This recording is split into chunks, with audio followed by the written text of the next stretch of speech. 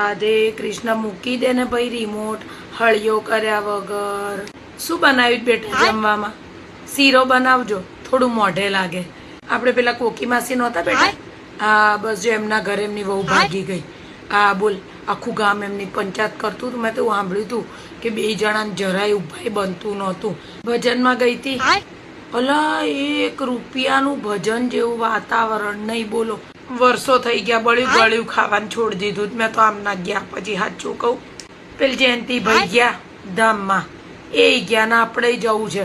પણ 1 નંબરનો લંપટ માણા બાપા, બૈરીને હક નથી પડવા દીધું. હો આપણે તો પહેલાના જમાનામાં કાળા ને ધોળા કપડાં પહેરતા, પણ છોકરાઓ મુયા ના પાડે છે કે બધું પહેરવાનું. તો એ લાઇટ કલરના જ કપડાં પહેરું. તો અરે કૃષ્ણ, ટ્યુશન નથી જવાનું? બળ્યું અનુપમા આવશે, ટીવી કર. શાક લેવા ગયા હતા, બહુ વાર લાગી કા બેટા? બધું નોકરીમાં સારું ચાલે છે ને તારે? તમારો ભાઈ જુદો થઈ ગયો બહુ બેટા? હા સાંભળ્યું.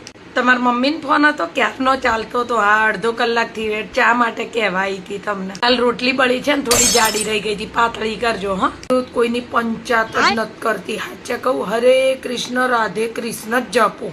વહુ દીકરાને જોડે રહીએ ને એટલે મોઢું સીવેલું રાખવાનું. આમ રાખીએ ને બોન તો રહેવાય. વહુ દીકરાની જોડે બાંધી મુઠ્ઠી લાખની.